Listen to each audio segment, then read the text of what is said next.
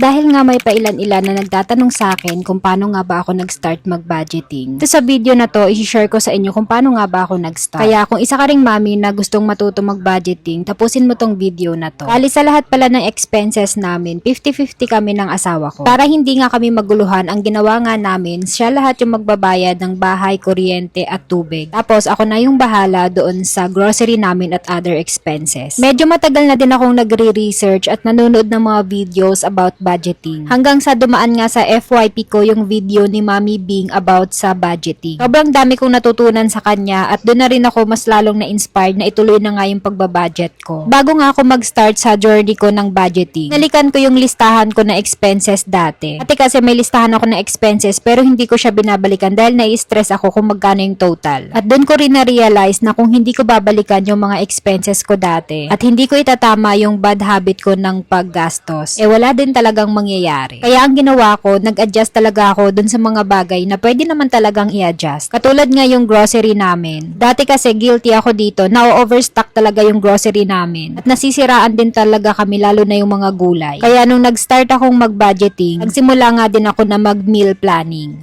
Isa pa kasi sa pinakamalaking gastos namin is yung pag-food delivery or take-out. Minsan kasi guilty ako dito, yung gina-justify ko yung hindi ako magluluto today dahil pagod ako sa trabaho at deserve kong mag-take-out or magpa-deliver ng food. At minsan nagiging habit na siya, minsan 3 times a week kaming nagpapa-deliver. At simula nung nag-meal planning ako, wala na kaming food delivery at all. Pero mga mi, hindi namin basta-basta tinanggal yung mga ibang bagay like eating out. Instead, yung ginawa ko nga, naglaan lang ako ng budget para meron pa rin kaming eating out once a week. Work from home ako, kaya ito na lang din yung time na nakakalabas ako. Kaya kung nakakalabas ako once or twice a week, masaya na ako doon. Ang importante, pasok pa din doon sa nilaan kong budget. At totoo mga mi, pag may nakalaan ka ng budget, hindi na malikot yung utak mo kung ano pa yung mga dapat mong bilhin at kung saan mo gagastosin yung budget na akala mo ang laki. Pero hindi mo namamalayan pag hinati-hati nyo na sa basic needs nyo, sakto lang pala. Lalo na nga ngayon, sobrang mahal na talaga ng bilihin. Kaya sobrang thankful ako sa mga videos ni Mami Bing dahil doon talaga ako natuto. Nung first month ko nga sa budgeting, pang 3 weeks pa lang naubos na agad yung grocery budget ko. Pero dahil nga may meal plan ako, hindi talaga ako nag-grocery. Kung ano yung nasa freezer namin, yun muna yung kinonsume namin. Doon ko napatunayan na kapag may tamang system at disiplina ka, kaya naman pala. At hindi lang yun, meron pang ang natira doon sa budget ko. Nung first month ko pala sa budgeting, naglaan ako ng medyo mas malaking budget dahil nga nagsisimula pa lang ako. At ayoko naman na ma-short ako sa budget. Hindi nga fix yung sahod ko monthly, minsan mataas, minsan naman mababa. At yung paglalaan ko ng budget ang nakatulong para mag-stick ako sa budget plan ko at hindi mag-overspend. Hindi kailangan na maging perfect tayo pagdating sa budgeting. Ang importante, consistent tayo sa ginagawa natin at mas lalo tayong natututo kung paano natin gagastusin ng tama yung perang pinaghirapan natin. So paano? Ayan lang muna for today's video and see you in my next mini vlog. Bye!